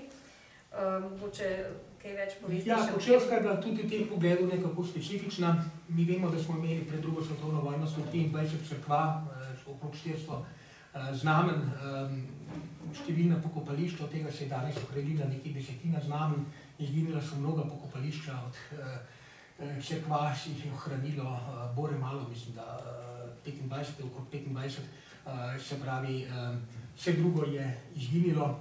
Nekaj sicer že pred vojno, zato kajti takrat so ljudje že množično zapuščali Kočevsko, je že takrat začelo propadati marsikaj med drugo svetovno vojno. Številni objekti, ki so bili pa še v celoti ohranjeni, pa tudi po vojni, predvsem na območju Kočevske reke, zadnji cerkveni objekti, ki so bili uničeni še v poznih 60-ih letih. Ja, tudi to je verjetno nekako specifika Kočevske in jaz jo vsaj osebno povezujem predvsem s tem, da se je tukaj zamenjala večina prebivalstva. Ko prideš ti v nek tuj kraj, tista cerkev, ki tam stoji, ni več čisto tvoja. Je cerkev, ki so imeli eni drugi ljudje in kar je domače prebivalstvo odšlo, je tudi toliko lažje, se to ni naše, pa kaj pol če uničijo, ni bilo nekaj skrbi za tole. Kajti če pogledamo, kje so se ti sakralni objekti ohranili, bomo videli, da predvsem tam, kjer je ostalo kar nekaj prebivalstva, ki je živelo tukaj že pred vojno. Recimo, če si pogledamo tukaj okoli Rudnika, so se cerkve ohranile. Tam so v glavnem bilo že precej predvojnih družin, ki so iz rudarskih, ki so delali v tekstilni industriji in tam se ta tradicija ohranila in so imeli tudi do tega izročila potem nekako drugačen odnos. Seveda, če pa nekaj ni tvoje, je pa odnos drugačen. Žal smo pri tem izgubili nekatere zelo pomembne objekte, recimo tipičen primer so Novi Lažji, tam so šele v 30 letih odkrili freske, na katere so bili Kočevje zelo ponosni, v 50 letih je ta cerkev že izginila in to je bila neizmerna bolečina dr. Marjana Žarnikarja. Dr. Marjan Žarnikar je svoje prve službene naloge opravljal na Kočevskem, ta naš veliki umetnostni zgodovinar je takrat skupaj z Jankom Troštom in pa z študentom arhitekture Kregarjem vso Kočevsko prebandral po dolgem in počesu, oziroma večji del Kočevske dokumentiral in to ga je grozno bolelo, da ta dediščina izginja kos za kosom in da se včasih uniči tudi po neumnosti. Tipičen primer je recimo bila cerkev v Dolgi vasi, ko so jo začeli rušiti, je šel predsednik vaške skupnosti, ki je bil star partizan, protestirati, ali torej Žarnikar se pisal v spominih, protestirati na okraj ali na občino, pa je v tisti jezi zabrusil nekomu, da tisti, ki rušijo, so taki, nič boljši niso kot okupatorja, ko je prišel domov, je pa že milica čakala in naslednjih nekaj časov ni bilo prav prijetno. Torej, žal je tudi to bil odnos, žal smo zaradi tega izgubili velik del te dediščine, nekaj se je ohranilo, pa še tisto nekako spominja, mnogo je pa nepovratno izgubljeno in za marsikaj niti ne vemo, kaj je končala. Ja, no in še bolj pa vse do danes traumatično za celotno slovensko družbo je pa pač to obdobje povojnih pobojev v Kočevskem rogu, ki ste ga že večkrat omenili. Kako je ta tragedija, ki je bila v zgodovini potem dolgo časa zamolčana, prikrivana v naši družbi, prihajala potem do besede v besedilih slovenskih literatov, ki mogoče tukaj izpostavili nekatere, ki so potem pač to v svojih delih nekako obelodanjali. Od začetka pravzaprav pomalem prikrito domneva, da je eno od prvih, ki je o tem pisal vsaj posredno, je Dominik Smole v Antigoni, o tisti zgodbi iz grške mitologije o sestri, ki ni smela pokopati bratov, pa se je proti temu seveda prekršila. Mogoče tudi drugi, jaz osebno še vedno razmišljam o Mateju Boru pa njegovi pesmi Zajčki. Namreč v tele pesmi Zajčki piše, da zajčki godrnajo, da se preveč pobija, potem pa ko lev to zve, pa jih zagrabi, pa zajčki hitro utihnejo. Ne vem, če je ali pri tem mislil na Kočevsko ali ni mislil, ampak nekako je to. In v bistvu se o tem seveda bolj ali manj ni smelo govoriti, nekako do časa, ko je Tone Svetina napisal Kana. Kana je en tistih prvih del, ki se je zelo odkrito o tem pisalo, da je Svetina že dovoljenje takrat vprašal samega Tita in je Tito se s tem tudi strinjal. No, potem seveda, ko pa se začne spreminjati družbena ureditev, ko se je tem začelo bolj odprto odgovoriti, so pa seveda tudi številni literati začeli o tem veliko pisati in o tem je napisano seveda ogromno izvrstnih literarnih del, konec koncev tudi vaš oče v teh stvarih kar nekaj pisal, pa imamo Draga Jančarja, imamo cel kup imenitnih slovenskih, pa tudi kakšnih tujih pisateljev, ki so se s tem soočali, tako da je ta tragedija, kakorkoli je to že tragedija ljudstva, seveda zapustila zelo številne literarne odmeve, tako doma kot tudi v tujini in seveda tudi med Slovenci v diaspori. Ja, tako da številna ta dela so vključena in iz tega potem izhajajoča tudi tema sprave, ki je prav tako potekala tukaj na kočevskem območju. Tudi nekaj pesmi z te spravne slovesnosti je vključenih, pesniki, kot so Tone Kuntner. Tako je tema sprave oziroma tema poskusa sprave, kajti mislim, da prave sprave ni. Konec koncev se lahko spravijo med seboj samo tisti, ki so na eni ali drugi strani stali, ki so to doživeli, ampak Slovenci nekako še vedno iščemo to spravo svojo lastno preteklostjo.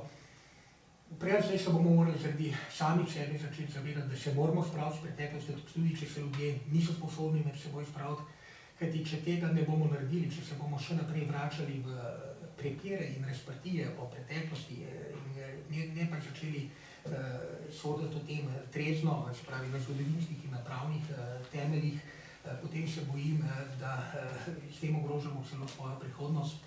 Kot rečeno, pa živimo v časih, ko to še toliko manj dobro vidimo, da se spet grozeče približuje Evropi nevarnost nove vojne in tisti, ki ne razčistijo svoje preteklosti, so velikokrat potem obsojeni na to, da jo ponavljajo. Ena izmed zadnjih takih velikih tem v knjigi je tudi že omenjeno obdobje osamosvajanja Slovenije. Omenili ste že članek Branka Sobana, zanimiv je pa tudi spominsko-dokumentarni zapis Cvetka Zorka o vlogi vojske takrat v tistem času v Kočevskem.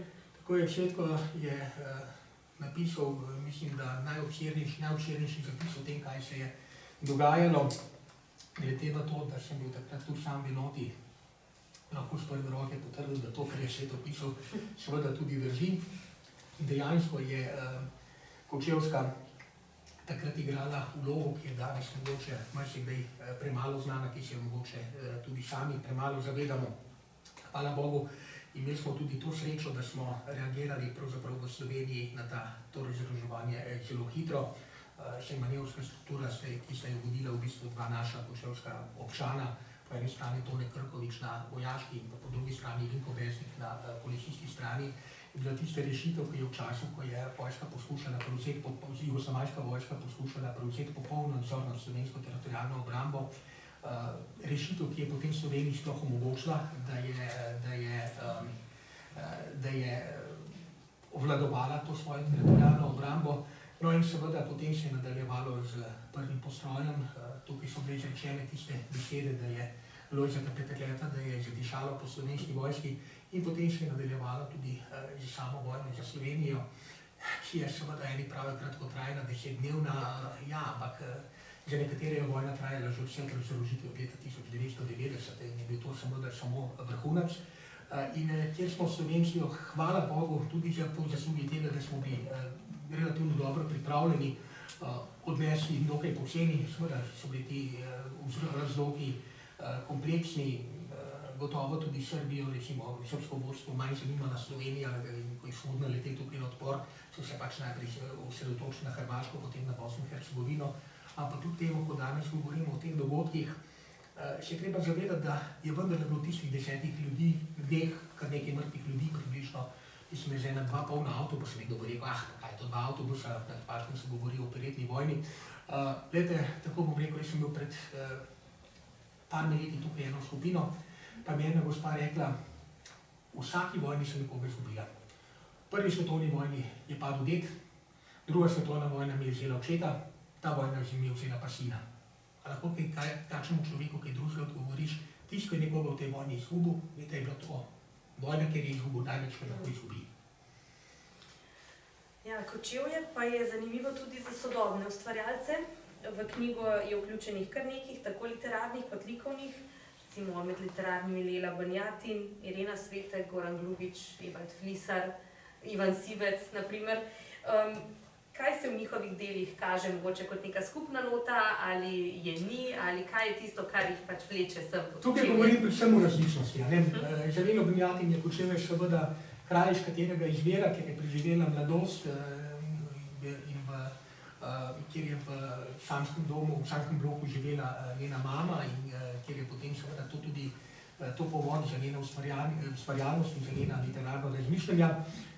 Ivan Šivac se je na Kočevsko vrnil pravzaprav v različnih delih, tudi tako piše o Pčelskih grofih, vendar ta odlomek ni noter vključen, je pa vključen njegov odlomek iz njegove Medvedke Pepče, kjer opisuje tudi še malce sooča z našimi Romi, pa tudi z vojno za Sloveniji, torej pisano sicer za otroke, ampak tako prijetno branje, dosti duhovito, ki opozori, da so seveda tudi Romi del te skupnosti z vsemi pozitivnimi in negativnimi stvarmi, ki jih to seveda prinaša. No, Glubič in pa seveda potem, koga se mi še omenili? Flisarja. Flisar se ukvarja tukaj s Kočevjem pravzaprav v povezavi z begunsko problematiko. No, potem dvakrat najdemo pa seveda pri Glubiču seveda pa tudi kriminal, ko v Kočevju se dogaja umor, jaz ne bi rekel. Ne vem, zakaj ravno Kočevje se mi zdi tako zelo primerno za umor, ampak zakaj pa ne konec koncev, to je zanimivo. Kriminalke so vedno luštne za brati. Mogoče je škoda, da nas ni ta kakšna Agata Kristi obiskala, tudi prav lepo. No, ob tem pa še mogoče, če izpostavite še kakšno anekdoto, zdaj sta nekako prišla do konca teh velikih tem, je pa seveda v knjigi še ogromno drugih manjših tem ali pa manjših zanimivosti, ki jih seveda nismo mogla omeniti in tudi veliko piscev je še bilo, ki jih potem zaradi dejansko prostorskih omejitev nismo mogli vključiti v knjigo. Mogoče kakšno tako anekdoto še izpostavite? Ja, jaz bi dal mogoče kar dve tukaj nekako noter. In sicer oboje v zvezi z ljudmi, ki so tukaj omenjali, en je Roman Erich Peče. Njega smo v Sloveniji dolga leta pozabljali, pa je bil rojen v Kočevju, prva leta življenja preživel v Kočevju, kasneje so se potem preselili v Ljubljano, pa po prvi svetovni vojni morali Ljubljano družino, oče bil namreč gimnazijski profesor oziroma profesor zapustiti, se zatekli na Sonograško oziroma v Salzburg, ampak kljub temu je Roman Erich Peče ostal vse življenje tesno povezan z Kočevsko. Celo na njegovem grobu je nek kočevski grb, ki si ga je sam zamislil, mislim, da je volčja šapa, pa neki medvedji zobje, nekaj takega zgoraj. In Roman Erich Peče je ostal zavezan Kočevski, bil je pa velik človek, lahko rečem mirno, kajti kot nemški oficer je med drugo svetovno vojno v Novem Sadu reševal judovske življenja, ko je papež Frančišek pred nekaj leti prišel v Izrael, ga je tam sprejela Jad Vašem v tej organizaciji. Ena od tistih dveh deklic, dvojčic, ki je on rešil v Novem Sadu pred gotovo smrtjo, ko smo pred leti potem v Kočevju postavili spominsko ploščo in ko je bila tukaj v muzeju prva razstava posvečena Romanu Erichu Pečetu, mislim, da bi bil zelo vesel, ker si vse življenje prizadeval, da bi razstavljal v Moderni galeriji, pa ga niso hoteli vzeti, bi bil primeren, ampak kakorkoli po tistem je zazvonil tudi telefon in je v Novem Sadu se gospod Todorovič, ki je tudi vključen v to knjigo, veliko ukvarja tudi s to Pečetovo zgodbo, na tem, da je tega nastalo dobro prijateljstvo in potem je šla ta razstava tudi v Novi Sad in mislim, da so mi, vsaj tako so mi rekli, da se je prvič v zgodovini zgodilo, da so razstavo nekega nemškega oficerja iz druge svetovne vojne, njegovih slik, ki so nam izposodili v Kočevje Demštete iz Grabca, deloma so pa tudi iz muzejskih zbirk, da se je prvič v zgodovini zgodilo, da so dovolili razstavljati dela nekega nemškega oficerja iz druge svetovne vojne v sinagogi. Mislim, da je to zelo lepa zgodba. No, druga taka zgodba je seveda Hans oziroma Ivan Dramor, človek, ki je bil rojen v Kočevju, je prvi kočevski letalec, njegov brat je prvi letalec iz Kočevja, ki se je smrtno ponesrečil. Med prvo svetovno vojno je naredil pilotski izpit v avstrijski vojski, kasneje pa snoval v šolo prve slovenske pilote, med drugim tudi poveljnika Mariborske eskadrile Grizolda, obstaja fotografija z njegovim posvetilom. Potem v Gradcu osnoval svojo letalsko šolo, začel sestavljati tudi lastna letala. In ravno lansko leto so potem v Gradcu obnovili 1. maja, so predstavili javnosti svoj ponos v Avstrijskem letalskem muzeju. Letalo, ki ga je letel še Ramor osebno, ki ga je kasneje nekdo odkupil in zdaj so ga sestavili nazaj. Eno od samo 4 takšnih letal, ki so ohranjena na svetu, in ta Ramoreva zgodba je potem seveda tudi ta. Je pa zanimivo, ko sem ga raziskoval, kako se je to dogajalo, sem ga uspel raziskati nekako do sredine 30 let. Potem sem pa že vse napisano, sem pa našel nekje v smrtnici in tam je pisalo, da žaluje hčerka Martina, če bila hčerka iz drugega zakona, da živi v Švici Jaz sem začel takrat klicati po vsem tistem kantonu, vse Martije, na koncu sem že čisto obupal. Še zadnji Marti, ki sem ga našel v telefonu in gospod vprašal, oprostite, ste vi kaj povezani z pilotom Ramorjem? Ja, pravi, to je bil pa moj oče. No in gospa ima fantastično zbirko fotografij iz Prve svetovne vojne, iz tistega obdobja, ki jo je potem tudi v celoti dala poskenirati. Tako da smo Ramorjevo zgodbo lahko sestavili, zdaj se spomnimo v Kočevju seveda tudi z dvema muraloma, ta zgodba se je prijela, sicer je pa takih zgodb še ogromno. Kočevska je sama po sebi zanimiva. Konec koncu pa bom zdaj rekel, kar dvigate roko tisti, ki niste brali Hajdi. Nobene roke ni gor. Prva prevajalka Hajdi je rojena v Kočevju, oziroma v Mahovniku. Pa je še kdo, ki ni slišal za Berta Sotlarja? Bert Sotlar je tudi rojen v Kočevju, tako da imamo takih zgodb. Pa konec koncu tudi dr. Kravland, sodni medicinec na Charité, je bil tisti, ki je dokazal, da so v Nemčiji v času študentskih demonstracij Bena Zorgeja študenta ubili policisti, oziroma da je ustrelil en policist, je bil tudi Kočevar iz Mahovnika. Torej takšnih zgodb imamo toliko, da je v njih težko govoriti. Veliko jih je sicer že znanih, veliko jih pa še ostaja. Jaz mislim, da imam doma na seznamu še vsaj za 2 knjigi ljudi, ki bi se jih še dalo obravnavati in v katerih bi se dalo še kaj zapisati. Konec koncev, bom še eno stvar rekel. Poznate verjetno vsi bolj ali manj tisti muzikli Moje pesmi, moje sanje, ne? Ja, tile fantki in dekleta, ki so peli v tej družini, so bili sorodniki kočevskih Auerspergov. Lahko tudi potem zapojemo kakšen pesem o Strudu ali pa Edelweiss ali pa kaj podobnega, sploh pa študirali na Kočevskem. Ja, hvala lepa. Ja, jaz mislim, da sva nekako s tem zanimivim pripovedovanjem zbudila v vas željo, da si to knjigo vzamete v roke in preberete, da ste tudi začutili, kakšno veliko delo je bilo to in koliko je zahtevalo truda, energije, znanja. Tako da bi s tem počasi zdaj zaključila. Ima mogoče kdo kakšno vprašanje? Jaz bi se še nekaj dopolnil. Zdaj je gospa rekla zelo prijazno. Poleg urednika. Jaz bom samo še tole rekel. Energije ne sem z moje strani, tudi z vaše, vsake tog časa ste me pa le prijazno pobarali. A si že kaj naredil? To pa spada k uredniškemu poklicu. Kdo kakšno vprašanje? Aha, prosim. Niti ne vprašanje, jaz bi dal komentar. Dostkrat smo slišali vmes danes že kočevski Nemci pa Kočevarji. Zdaj ta termin kočevski Nemci ima politično bando. In ta se je začel uporabljati šele po letu 1966. Če pišemo, ali pa če govorimo o zgodovini Kočevarjev, pa moramo sključno uporabljati besebo Kočevarji. Vse do konca Prve svetovne vojne. Pa še do začetku Druge svetovne vojne so bili tole ljudje Kočevarji. In zakaj so dodali ta termin, ali pa tako ustrajajo zgodovinarji na tem terminu kočevski Nemci?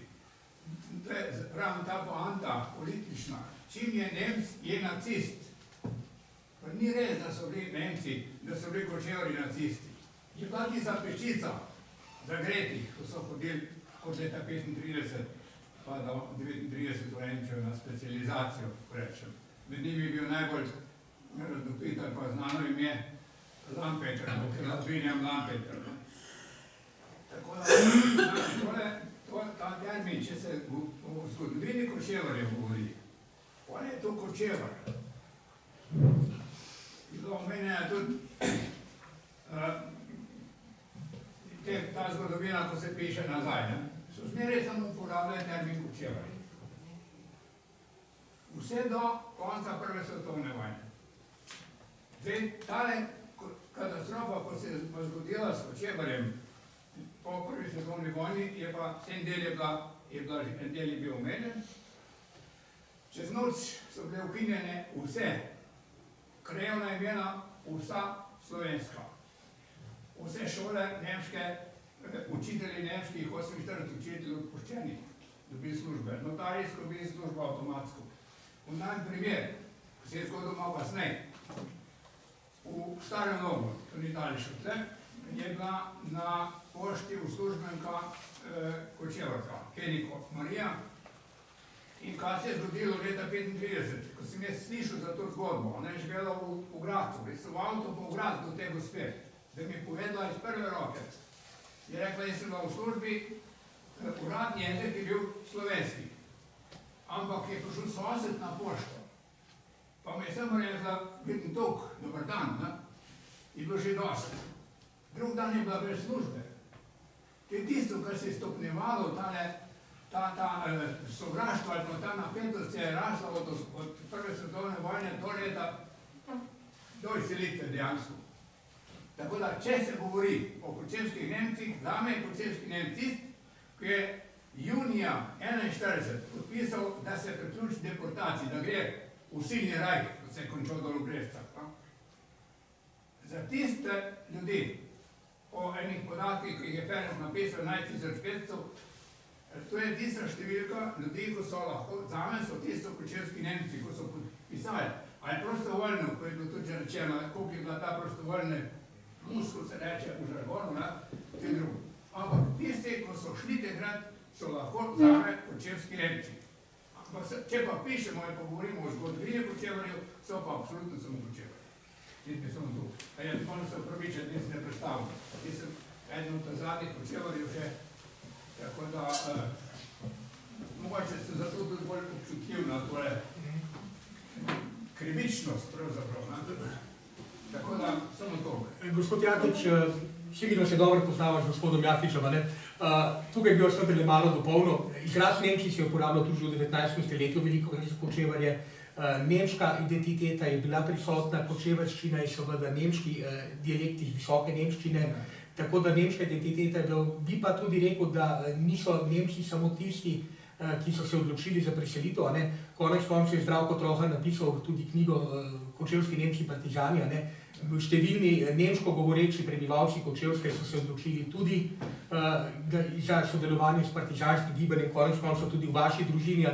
Tako da seveda je pa to vedno stvar definicije, to se pa strinjam. Ja, no, glavno del bi treba vse mogoče. Da so, pravim, tudi Avstrijci govorijo samo nemško, pa niso zato Nemci, so Avstrijci.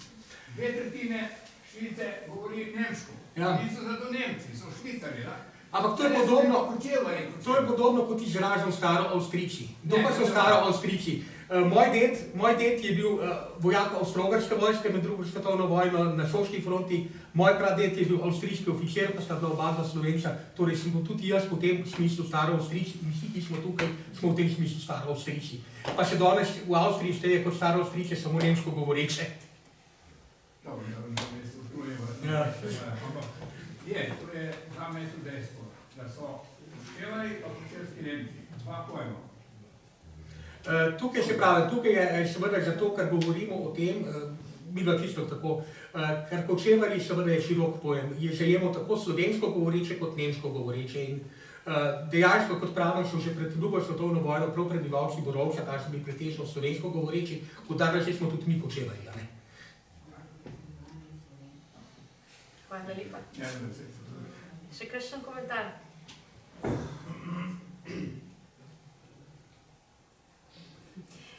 Potem pa bi jaz zaključila današnji dogodek. Še enkrat prav lepa hvala vsem tako gostiteljem kot sodelujočim. Zahvaliti se moram še našemu sofinancerju Javni agenciji za knjigo Republike Slovenije, ki sofinancira ta naš projekt Matičina knjižna potovanja, s katerim predstavljamo svoje knjige po Sloveniji. Pa še predala bom pozdrav našega predsednika, dr. Aleša Gabriča, predsednika Slovenske matice in tajnice urednice Slovenske matice, to se pravi vodje programa, dr. Ignacija Frideljarc, ki bi oba dva želela biti danes tukaj, pa sta oba dva bila zadržana, dr. Gabrič zaradi očetovega pregleda pri zdravniku in dr. Ignacija Frideljarc je prav ob istem času imela dogodek v Kopru. Tako da vas oba prav lepo pozdravljata. Jaz pa se vam zahvaljujem, da ste prišli, da ste nas poslušali. Danes pa seveda lahko to knjigo dobite tudi po znižani ceni, tamle zadaj pri meni, tako da če kdo še nima, je vabljen, da si jo nabavi. Hvala Mogoče lepa. samo še pojasnilo, da župan se je pa že prej upravičil, da bo Ja, moral predhodno seveda. biti, ker ima druge obveznosti. Tako. No. Hvala lepa.